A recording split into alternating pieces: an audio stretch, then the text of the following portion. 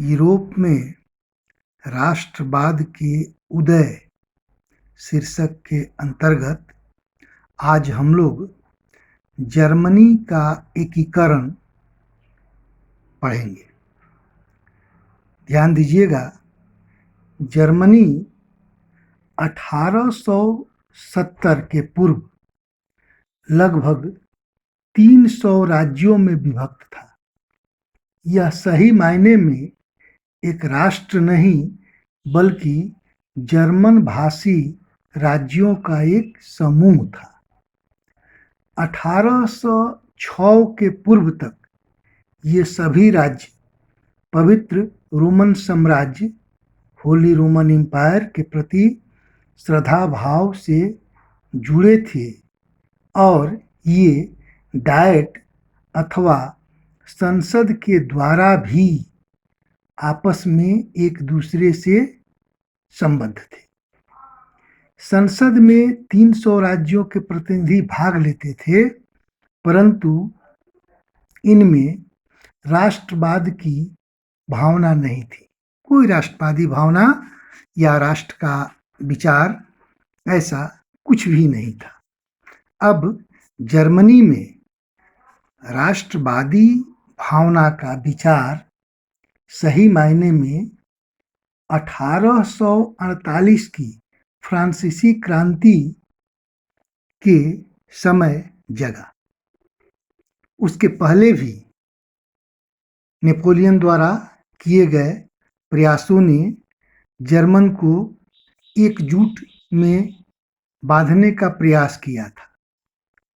आप लोगों ने पढ़ा होगा कि नेपोलियन ने जर्मन महासंघ को 39 राज्यों में विभक्त कर दिया था और फिर 1834 में प्रसा के पहल पर एक शुल्क संघ जिसको जोल्वेराइन कहा जाता था, उसकी स्थापना हुई थी ताकि जर्मनी के सभी राज्यों में या जर्मनी का दूसरे यूरोपीय राज्यों से आर्थिक व्यापार बिना किसी रोक टोक के सुगमता से संचालित हो सके।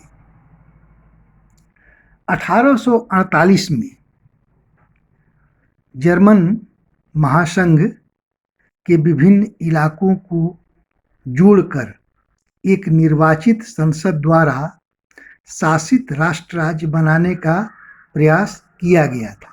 हम लोगों ने आगे पढ़ा था, फ्रैंकफर्ट संसद का गठन होना था जिसमें बाधा पड़ी और जिस व्यक्ति को संसद के लोग सम्राट बनाना चाहते थे वह इस बात से सम्राट बनने से मुकर गया और फिर रूढ़िवादियों का साथ दिया और इस प्रकार संसद भंग हो गई। राजशाही और फौज की ताकत ने उदारवादियों के इस प्रयास को निष्फल कर दिया।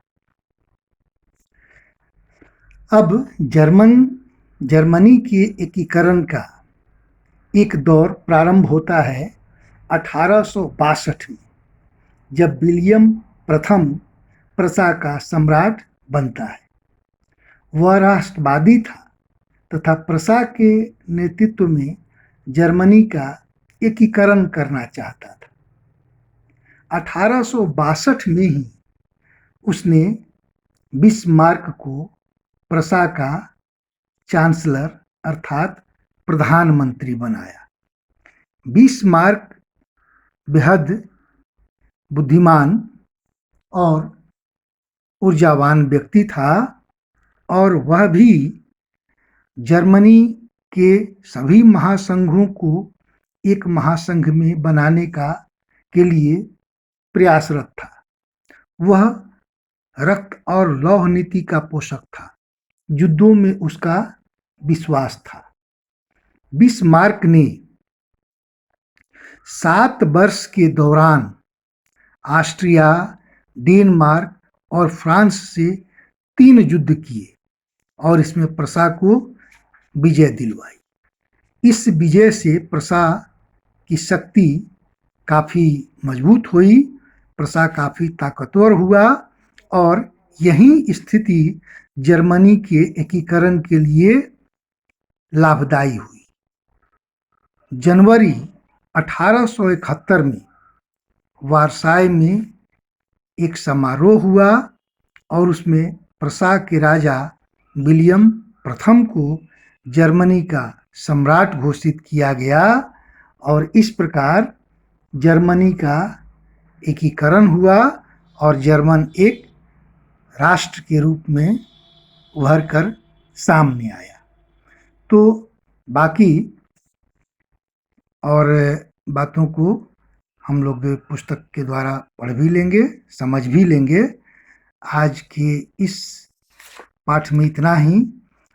कुछ मुख्य बिंदुओं को मैंने आप लोगों के लिए तैयार किया है, इसको आप लोग प्रयास करेंगे अपने स्तर से सहायता इससे लेने के लिए। और आप लोगों के लिए एक गृह कार्य भी मैंने इस पाठ से दिया है। गृह कार्य है जर्मनी के एकीकरण को संक्षेप में समझाएं। जर्मनी के एकीकरण को संक्षेप में समझाएं। धन्यवाद।